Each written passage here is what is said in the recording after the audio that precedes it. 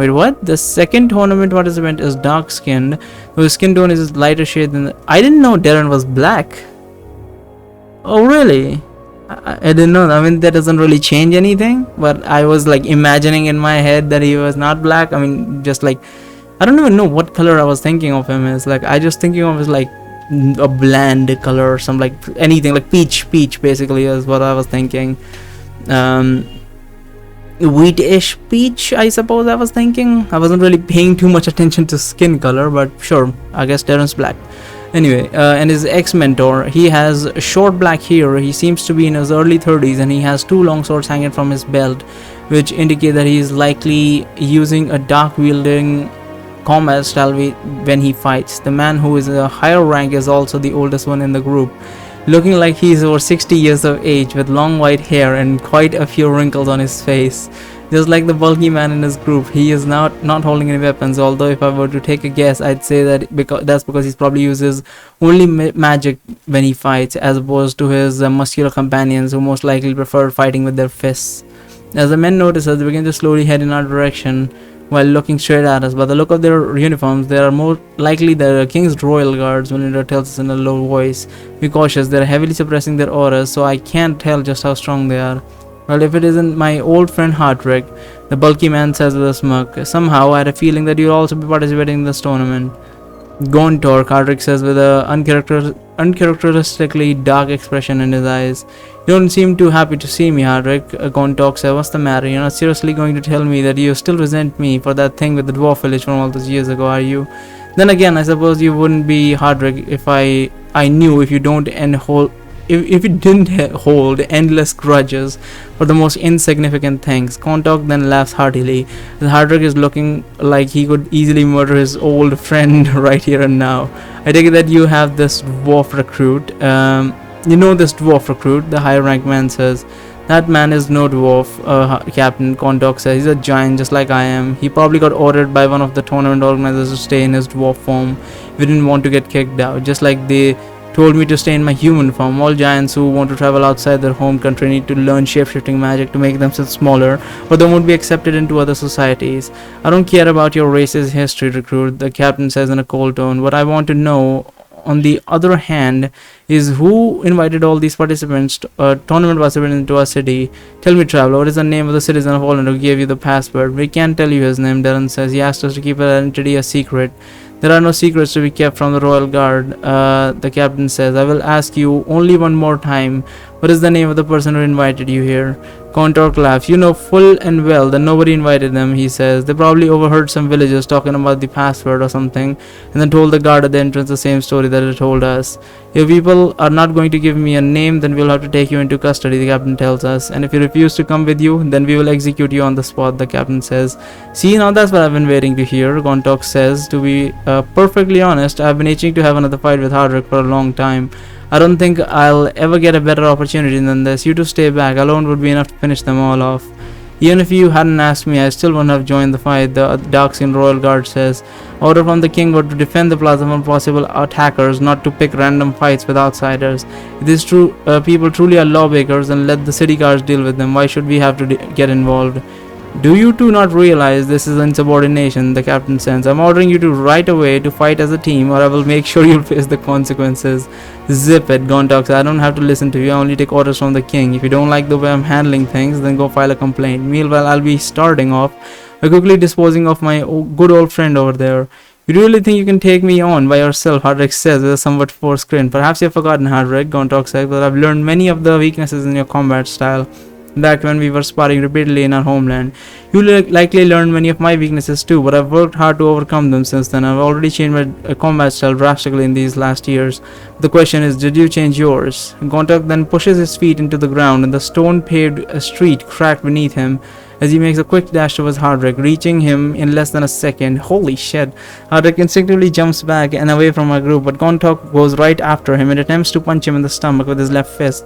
Hardrick immediately tries to block the hit, but it turns out to be a feint which Gontok used to force his opponent to leave his upper half undefended. The giant immediately seizes the opportunity and he grabs Hardrick by the head with his right hand and smashes his face against the ground with so much strength that the impact creates a small crater and sends small pieces of rock flying in all directions. Gontok does not wait for Hardrek to recover. While he is still firmly gripping his head in his hand, he throws the dwarf into the air, waiting for him to fall back down, then kicks him so hard that he sends him crashing through 10 rows of houses, launching him 10 rows of houses. That is destroying the city at this point. I thought it was like in a small area they were fighting. This is just fucking bashing up the area. Crashing with 10 rows of houses, launching him so far away from us that we can't even see him anymore. Seeing that the fight that has broken out right next to them, a lot of citizens that were surrounding us are now running away screaming in terror. In the meantime, Kate has already begun attacking the captain, sending around 100 icicles in his direction, but all of them stopped in mid-air just as they reach him. They then turned themselves around and launched themselves right back at the creature with breathtaking speed. Kate managed to conjure a wall of ice in front of her, fast enough to defend herself from the incoming barrage of icicles, but the captain then makes a quick motion with his right hand, and somehow an invisible force suddenly pushes Kate to the ground, restricting all her movement, similar to how Aiden and God of Time immobilized us during our first encounter. Aiden used electricity, didn't he? God of Time just used his aura or something. I don't know what exact method they're doing to like push us to the ground or whatever. Flower tries flying upwards with a fire jet, but the invisible force pushes her down as well and keeps crushing her against the ground, completely immobilizing her. Before the captain gets to do anything else, however, Layla dashes towards him, forcing the old man into close quarter combats, which is quite clearly is not one of his specialties.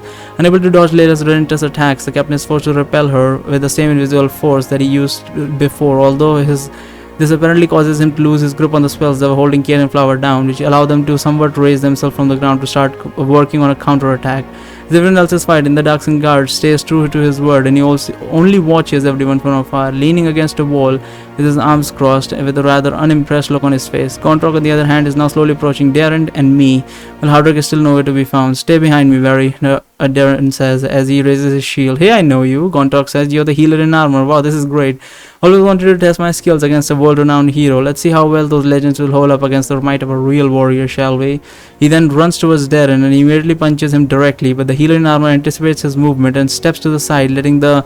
Wasn't I behind him? If he steps to the side, am I not dead or something? Barry must be like fucking splattered on the street from just the air, letting the giant punch only empty air. Before Gontok regains his footing, Darren quickly counterattacks with a well-timed slash of his blade, although it seems that he wasn't fast enough and somehow his adversary still had enough time to make a big jump backwards to get away unarmed. "That's not half bad," Gontok says as Darren rushes towards him, "but it's going to take more than that to defeat a giant." This is a really fun fight. When Darren reaches him, Gontok dodges his first strike and he tries to hit him with a spinning kick to the side. Darren raises his shield up to defend himself, but that doesn't help him counteract the immense force behind the blow, which sends him flying straight into a wall. Before he manages to get back up, Gontok is already standing next to him and he kicks him one more time in the chest, launching him with his back into the wall, which makes him lose his grip on the sword and drop it on the ground. "You won't be needing this anymore," Gontok says as he grabs his sword and throws it to the side. Not where you're going, or is he gonna kill him? A feeling of intense panic overwhelms me as I see what's happening before my eyes. There is no match for him. Hardrek is still missing. Everybody else is busy with the captain. They can't help us. I'm on my own. How do I deal with this? Neither my dagger nor my crossbow bolts are sharp enough to cut through a giant's skin, which has to be the some other way in which I can fight him. There has to be a way. I'm sure if I can calm down, I'll think of it. I'll be able to think of something. I just know it, so why can't I calm down? You can't calm down because you're scared again, just like when you were a child. As my body is shivering uncontrollably, I suddenly feel several air currents beginning to... Oh yeah, where was Melindra? I suddenly feel several air currents beginning to flow around me. For some reason, the feeling of wind moving slowly against my skin has a weirdly calming effect on me, which helps me regain my composure and to stop my trembling. Immediately realize that this is Melinda's flying spell, and as I turn around to face her, she gives me a very serious look. She nods her head towards Darren, who is still being kicked around by Gontok. She's telling me to go help him, but how? As I look around myself to see what I could possibly make use of, I notice that Darren's sword is simply lying on the ground, ripe for the taking. Yes, with a weapon like that, I should definitely be able to hurt this giant. That is to say, as long as I can manage to land a hit. I mean, he is an enchanter. That sword is insane. I mean, the amount of enchantments on that sword. I feel like if he actually managed to hit Aiden with that sword, he could probably even damage Aiden, or like at least cut through bunch of his fucking protections, because that sword is loaded with those things.